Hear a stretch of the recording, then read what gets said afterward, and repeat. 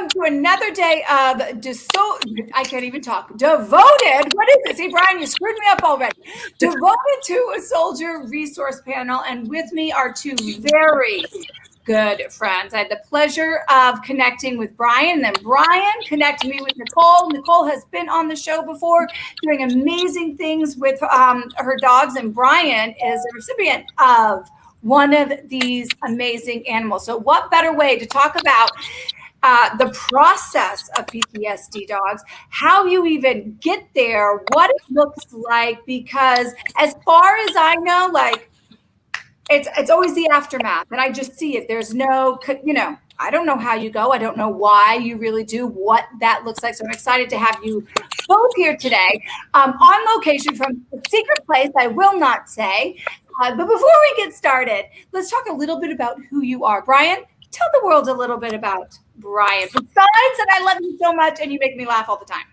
All right. First of all, I know that this is a timed show, so I'll keep this brief. But my name's Bryan. I live in the southeastern part of the United States. Spent 21 years in the military. Been married 29 years. Got 2 children. I love long walks in the park and on the ocean. Wait a second. That's a different show, isn't it? Come on. Okay. Yeah, but all in all, I was medically retired out of the military, and there were some things that, as we all have experienced as soldiers, either at one point in time or another, that the transition was tough for me. It was pretty tough, and so that's a little bit about me. We'll get into the questions a little bit later. Yeah, but I have to say, I love the relationship you and your wife have. You guys are you both make me laugh and my heart fill, and you guys have been together for a very long time. You got to talk about that because it's very rare. Okay, well, first of all, I need to probably let you guys know we live in the Southeast. My wife's also my sister, so I'm kidding. No, we met in high school, and there were some factors that came. Anyway, we met in high school, and we decided that we wanted to make a go of it, and so we got married young, and we both had the determination. I came from a broken home; she did not, but we both had the determination that we were going to make this work from day one, and we didn't get married because we had to. Matter of fact, we waited 8 years till we had our first child. So, it was just simply, she wanted to marry me. And you are one lucky man. For all those years there, you're one lucky man. But I just love your story. So I just wanted to share that with everybody. And Tina, she's watching. She's watching. I think she did one of these, though. That was her emoji. Nicole, share with us a little bit about you for those that didn't see you the first go round when you were on. My name is Nicole Lanahan. I am the executive director of Got Your Six Support Dogs. We are a 501c3 nonprofit located in the St. Louis Metro East area, and we train and place PTSD service dogs with veterans and first responders. There it is. Nice in a nutshell. Now we get to get down and dirty here, and we promise Bryan no rabbit's holes, but there might be speed bumps along the way. Somebody fishes out if something happens. But I want to really talk, like when you're in the military, and I hear this a lot, like, I don't personally know, I'm just the mom of a Marine, not a soldier at all by any means, but you are taught, and I believe for a very good reason, to suppress, to hold things in, whether it's pain, emotional pain, physical pain, whatever it need be. But it's there for a cause because you have a job to do. But then you go out into the civilian world, it's a whole different animal, out here. And so, Bryan, I want you to speak on this because you are the living, breathing entity of all of that. First of all, did you even know you were suppressing when you in the military?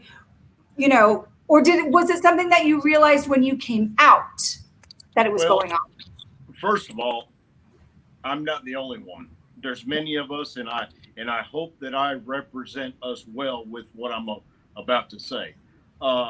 There were some things that I cognitively knew that I was not telling, because weakness, whether it be mental or physical, would hold you back from positions and promotions and things of this nature that basically you weren't the complete soldier you needed to be. So there were some things that I was fully aware that I was not letting go. But then the mental aspect, after being deployed a few times, it became a battle. I'm not going to get into a lot of what I did over there, but it was a mental game. What I did, and it's a mental game for everybody.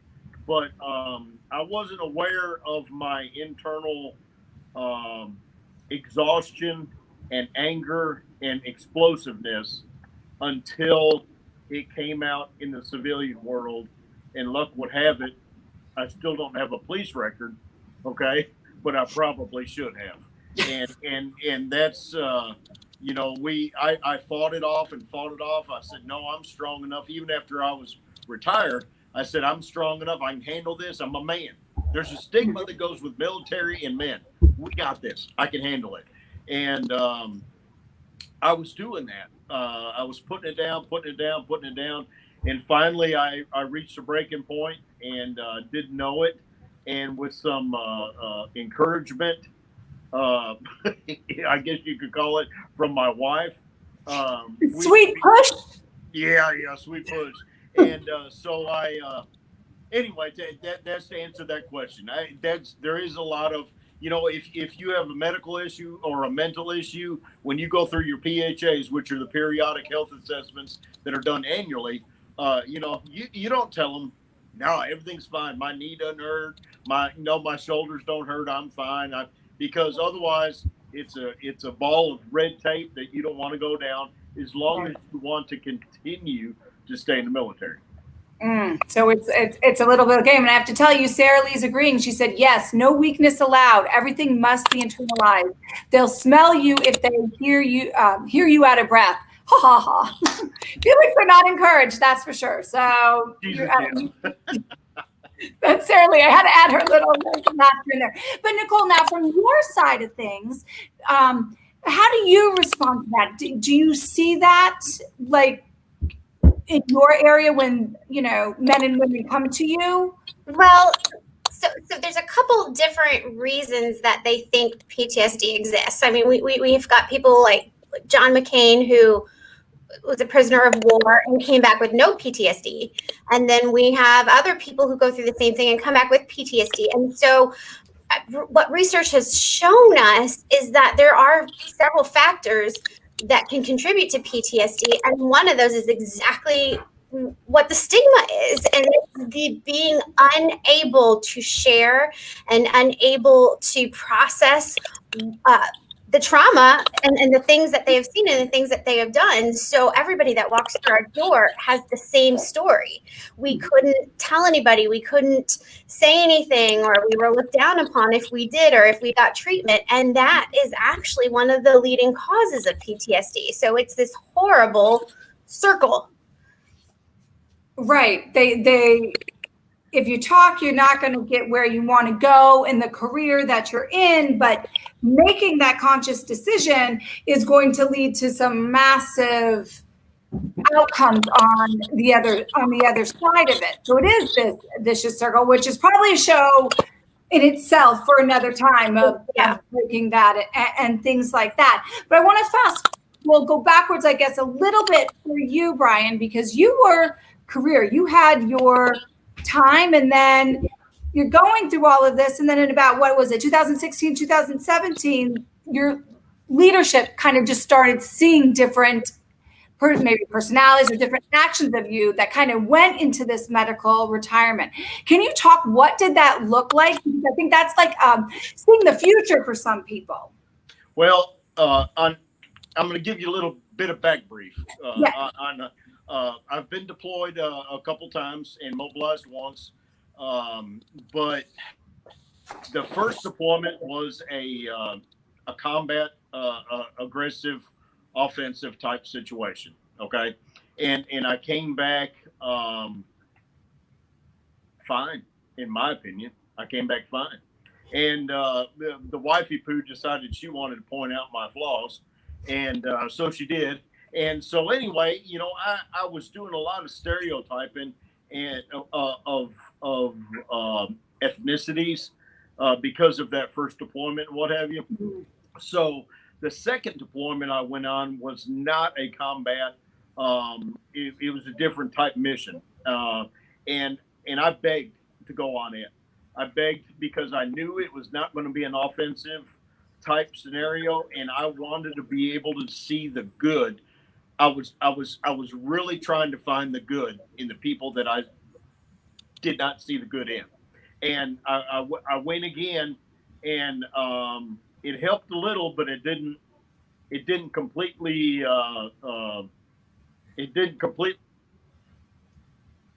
my stereotypes.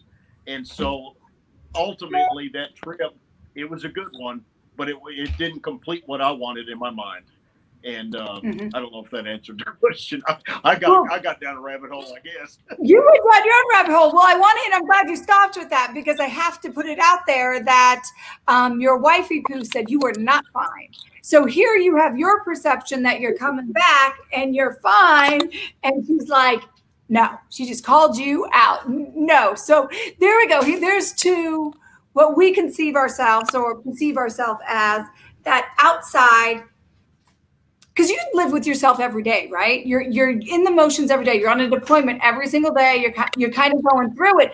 And then when you come back, those 8 months or a year, whatever it was, your beautiful wife was like, can really see, I think, that drastic change. That's probably why it was so severe for her. Not severe, but she says, oh no, he was not okay. And you're like, I just lived 8 months like this. I am okay. It didn't really do that much. But so to continue on from that, during that 2016 to 17, when your leadership started, what was it that they saw that triggered them? So to get back to that, after me basically begging and me doing a sales job to them as to why I wanted to go and to be able to try to recover myself, that they had seen some aggressiveness and shortness with leadership, they granted me permission to go. And so I went and it came back, and it just didn't, evidently they still saw the same aggressiveness towards them. And the what's the word? Basically, if there was something I was not interested in doing, I didn't do it, and it didn't really matter who it came from. And there was times that I had outlashed at some of the leadership, and over things that I didn't believe in or that I didn't think should be done. And I was way out of context. So one day somebody asked me, they said, what are you wanting? Ploughe, what do you want? Are you wanting medically retired? I said, of course, that I didn't react appropriately then either, because that was not the route that I was choosing to take. And I had no desire. I wasn't even looking at retirement, but then they mentioned it in a way that I didn't like. And we proceeded from there. And the next thing I know, they have started paperwork for me to be medically retired. And when I found out about that, of course, things just got even worse. So as far as my attitude and what have you. So basically, they felt like, actually the word that got used was that I was getting a bit crusty. That's a nice way to say that. Yeah. As much as saying that, because that's not nice at all. That is the nicest way that they could say that. You're getting a little bit crusty, Bryan. Yeah. So, Nicole, hearing that, is that this normal scenario of somebody that you see that is reaching out for a dog or for a service dog, that they're in this kind of state?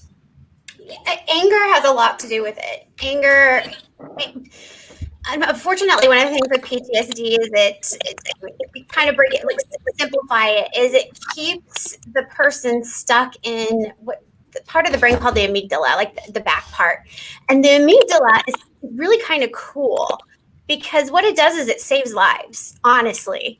It makes people superheroes. And so if I'm being threatened, if I'm in fear of my life, the amygdala activates, it pumps me full of adrenaline. Now I can see better, I can hear better, I can smell better. I don't need sleep, I don't need food, I can just go. And again, it's going to save my life. The bad thing about PTSD though is it keeps you locked in the amygdala. So one of the things, and one of the goofy things about the amygdala too, is it's not supposed to store memory. All your memory is supposed to be stored in the frontal lobe. That's when I ask people the question, if you were married 10 years ago, what was your mother-in-law wearing? And a lot of them are going to say, well, I don't know. Well, your wedding is one of the most important days of your life. But the memory should be fuzzy around the edges because that's normal. It is normal to have fuzzy memories, even important memories. What happens with amygdala is if you have trauma, the memory gets stored in the amygdala. And the bad thing about that is it keeps those memories in crystal clear clarity. So now I can remember, I was in a horrific car accident in 2003. The sound of glass breaking. It's in there. It won't, because it's stored in the amygdala. So I remember the glass breaking. I remember the smell of blood. I remember everything about that night in crystal clear clarity. And so what happens is when I have those memories, well, then it's a vicious cycle again. It triggers that adrenaline, which then in the hippocampus, which keeps me up all night. Now I'm irritable because I'm not sleeping, and I'm having all these problems and all these anger issues, and it's this horrible cycle. That is fascinating. I actually did not know that it gets stored back there, which makes perfect sense of like in the wrong part of your brain. Absolutely, yeah. And then it's like a reliving of a video. Exactly, because it'll hold on to it and it'll say, look, this was a time where I saved your life. So I'm going to store this little memory here for future use so I can save your life again. So that's why it does it, but it's not helpful in the long run. No. Wow. That is super fascinating, Nicole. Okay. And makes a lot of sense of why these experiences, especially ones that you see over and over and over again, for instance, when like you were deployed, Bryan, and those kinds of things are so clear. Mm-hmm. No, I have like one major one, and that's enough. So this repeated one, it's like a bad Netflix series. Constant. Exactly. And it's supposed to get fuzzy. We all joke about getting older and, I can't remember, but it's normal to forget things, but amygdala won't let you. And so then we have the problem. Yeah. Okay. That makes sense. I want to kind of go into a little bit of the family and the dog. I'm going to talk about, because Bryan, you are very close with your loving wife, and how did she come into the process of either was she part of helping you find Nicole, or was she there when you go? Because I know, Nicole, you have like a 2-week kind of intensive when you're introducing the dogs to their new owners, or vice versa, whatever it is. So did your wife, Bryan, have a part of that? And then what does that look like now, even? Because I know you and Thomas are like this, right, but so are you and your wife. So I want to know about that whole process. First of all, whatever I did. No, I'm kidding. I know she's watching. You're not giving her any credit? She gets 0 credit? No, actually, I had gone through a lot of things that led up to this. I'd gone through the typical counseling and the let's try this drug, let's try that drug, to try to, I'd gone through all that, and it was just ineffective. And, I had my thank goodness I have a fantastic civilian primary care doctor, and she was really she's young. So anyway, she had brought up the idea about a service dog, and I kicked it around, and then I kicked it aside. I was, to me, I don't need anything. Why do I need a dog? To me, that's like, why do I need a wheelchair? I don't need a wheelchair, And so finally, some things came to a head, and I pursued looking out for a service dog. My doctor didn't really have the resources.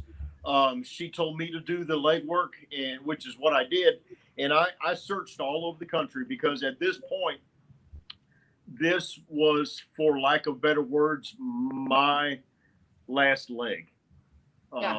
This was, otherwise it would, I was done. And so there was no limits as to where I was going to go geographically to be able to find something. So I looked all over the United States, and I made several phone calls, and I simply based my decision on what I'd found on the internet and the interaction that I had had with the individuals that answered the phone. I'm not going to badmouth any agency out there, because if they're there to genuinely help veterans, that's what they need to do. But with Got Your Six, Nicole, I had spoke with her, and I really don't know. We had gone through a paper application, then we'd gone through a telephone interview, which my wife was a part of, and then they did a home visit. So we borrowed somebody's home just so it didn't look trashy. No, I'm kidding.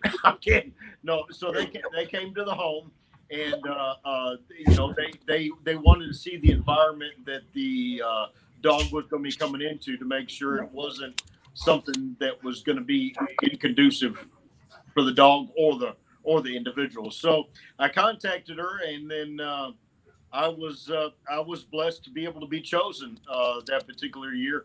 I had to wait a year, but in the whole scheme of things, from what I was hearing, for Got Your Six, that was a pretty short time frame, because there's times that agencies, they're 3 to 5 year waits, and there's a lot of changes that can take. Anyway, so geographically they were located in St. Louis. It wasn't too bad of a trip for me.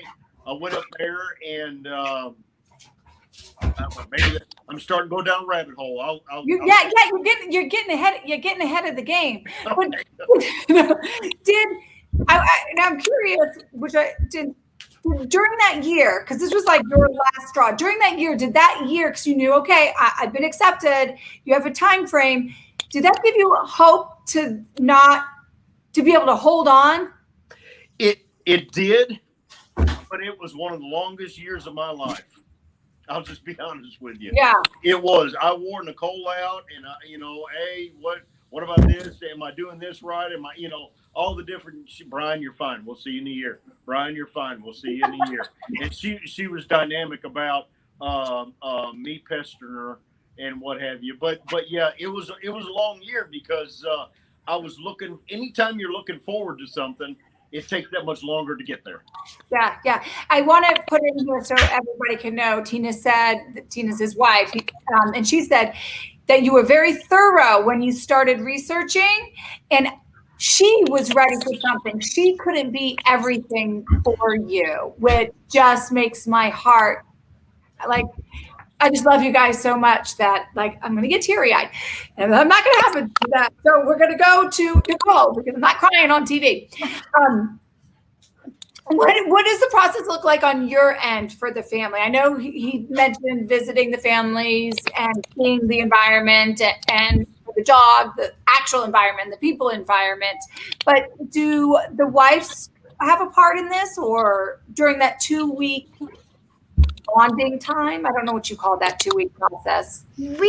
So as our organization has grown, so has our program. And I don't think when Bryan was there, we didn't have any offerings, but we're continuing to place just as much emphasis on the family now as the veteran, because statistics show we're learning more that if one member of the family has PTSD, it affects the entire family negatively and increases anxiety and depression in spouses and children too. So now we have a shortened program for spouses and family to come for 2 days, and they get to be with the therapist and discuss what life is going to be like, the different things to expect. One surprising thing to expect is sometimes spouses can feel resentment towards the new dog.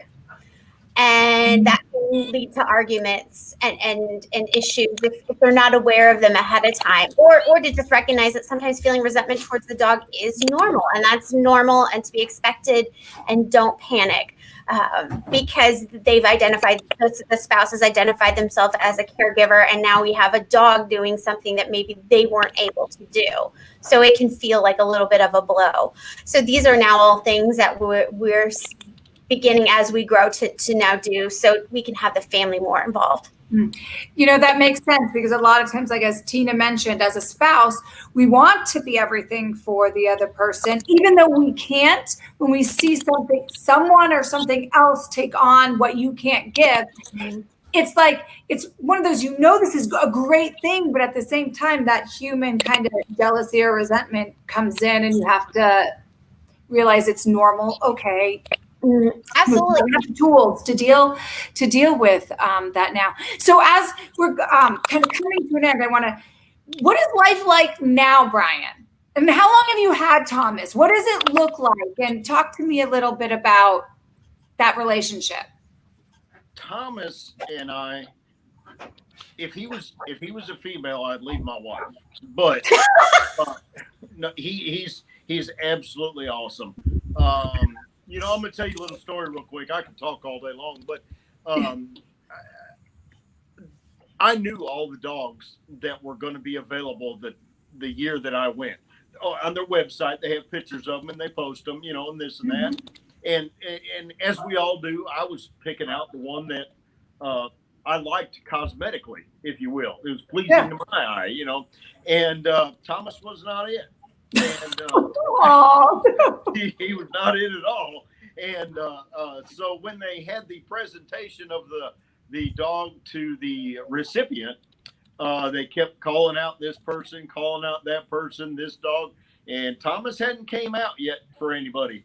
And lo and behold, I said, "Oh, thanks, guys," and this guy, thanks, and we'll make the best of this, But I'm gonna tell you something.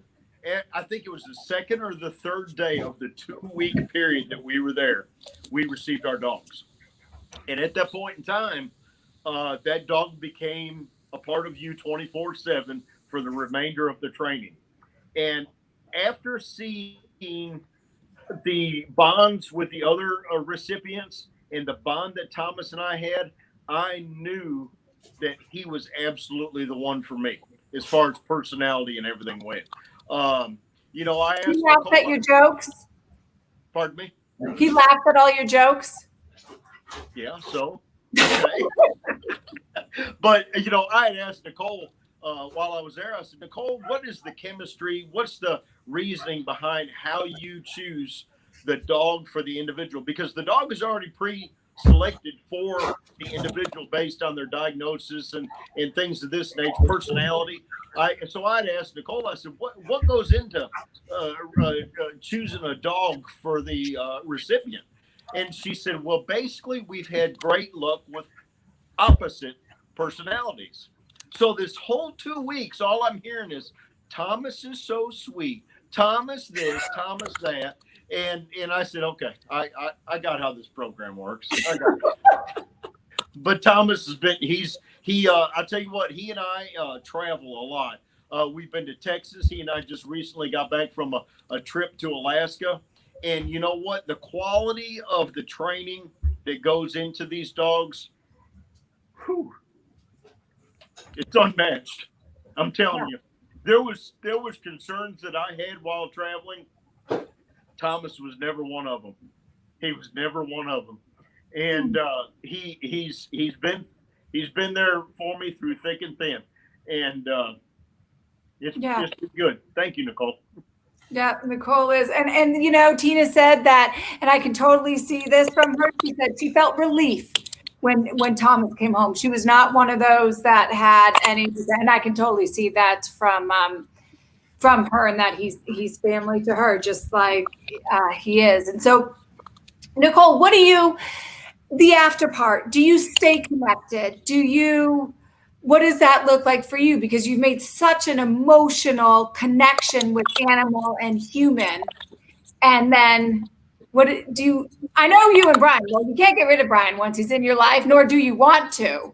I'm like, it's been 3 days. What the heck? I haven't gotten some like sarcastic meme sent to me. No joke. What, is he alive? I got to do a little check-in. But what does that relationship look like on your end? So once we accept somebody in the program, they become family. It's become monthly. We do monthly online. We have a private message board for everybody where we do monthly check-ins. But we also now, as our program has grown, we are going to try to do an annual recipient retreat once a year. We had a barbecue scheduled this year, but COVID canceled that. Yeah. But we're hoping that we can make it a point just to have all of our alumni, for lack of a better word, come back once a year. But we make sure that we're always, and we check on everybody annually anyway to make sure that the dogs have their vaccinations up to date and the dogs are still doing well. But we always want to make it a priority that they know they can reach out at any time for any issues. Yeah. It does. You're right. It does kind of feel like that's the vibe I got before, and for sure now.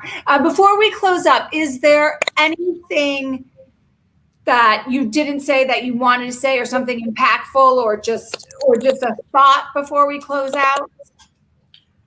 Well, I'll plug something in real quick. At first I told you guys that I was having somewhat of a holdback on getting a dog because I didn't need a dog. I didn't need a wheelchair. I didn't need assistance or an aid. And you know what? Nicole, during the training, she said, you know what? There's no difference between, because we were asking how to treat the dog, go in here, go in there. And she said, you know what?